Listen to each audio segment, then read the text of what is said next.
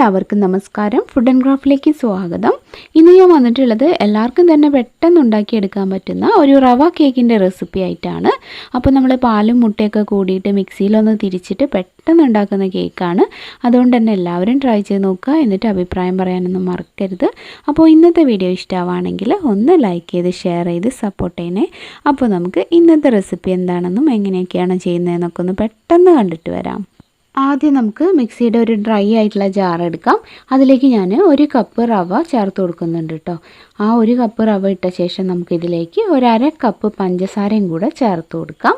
എന്നിട്ട് ഇത് നന്നായിട്ടൊന്ന് തിരിച്ചിട്ട് പൊടിച്ചെടുക്കണം കേട്ടോ. നല്ല നൈസായിട്ട് തന്നെ പൊടിച്ചെടുക്കുക. ഇപ്പോൾ ഞാൻ ഇത് നന്നായിട്ട് തന്നെ പൊടിച്ചെടുത്തിട്ടുണ്ട്. ഇനി ഞാൻ ഇതിലേക്ക് ചേർക്കുന്നത് ഒരു 2 മുട്ടയാണ്. മുട്ട ചേർത്ത ശേഷം നമുക്കിതിലേക്ക് ഒരു ടേബിൾ സ്പൂണോളം സൺഫ്ലവർ ഓയിലും കൂടെ ചേർത്ത് കൊടുക്കാം. ഇപ്പോൾ ഞാനിതിലേക്ക് ഒരു 3 ടേബിൾ സ്പൂൺ പാലും കൂടെ ചേർത്ത് കൊടുക്കുന്നുണ്ട്.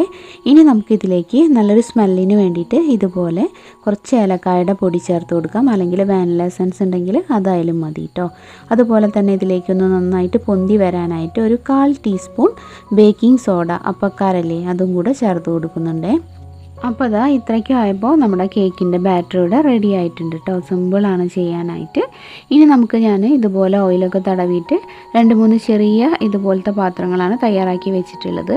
അല്ലെങ്കിൽ നിങ്ങളുടെ കയ്യിൽ സ്റ്റീൽ ഗ്ലാസ് ഇല്ലേ, അതായാലും മതി. അപ്പോൾ അതിലേക്ക് ഞാൻ ഇത് ഒഴിച്ചു കൊടുക്കുന്നുണ്ട്.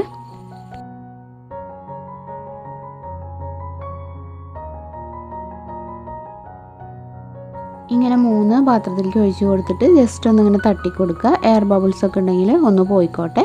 ഈ സമയം നമുക്ക് ഇഡ്ഡലി പാത്രം വെള്ളമൊക്കെ ഒഴിച്ചിട്ട് ചൂടാവാനായിട്ട് വയ്ക്കുക കേട്ടോ. നന്നായിട്ട് ചൂടായിട്ടുള്ള പാത്രത്തിലേക്ക് ഇത് ഇറക്കി വെച്ചിട്ട് ഒന്ന് വേവിച്ചെടുക്കണം.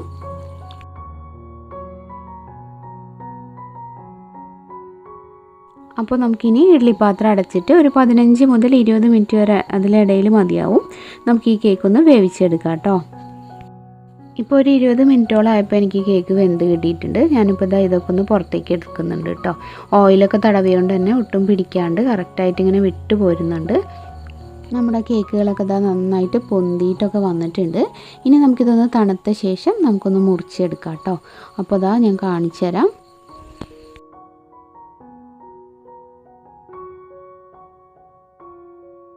അപ്പോൾ നമ്മൾ സിമ്പിളായിട്ട് ഉണ്ടാക്കിയിട്ടുള്ള ടേസ്റ്റി ആയിട്ടുള്ള സോഫ്റ്റ് ആയിട്ടുള്ള നമ്മുടെ റവ കേക്ക് ഇവിടെ റെഡി ആയിട്ടുണ്ട്.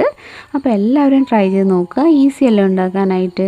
ആ ഒരു മുട്ടയുടെ സ്മെല്ലൊക്കെ അറിയാതിരിക്കണമെങ്കിൽ വാനില എസൻസൊക്കെ ചേർക്കുന്നതാണ് നല്ലത് കേട്ടോ. അപ്പോൾ നിങ്ങളുടെ കയ്യിൽ വാനില എസൻസോ ഏലക്കായുടെ പൊടി ഏതാ ഉള്ളതെന്നുണ്ടെങ്കിൽ അത് ഒന്ന് ചേർത്ത് കൊടുത്തിട്ട് വേണം ഇത് തയ്യാറാക്കാനായിട്ട്.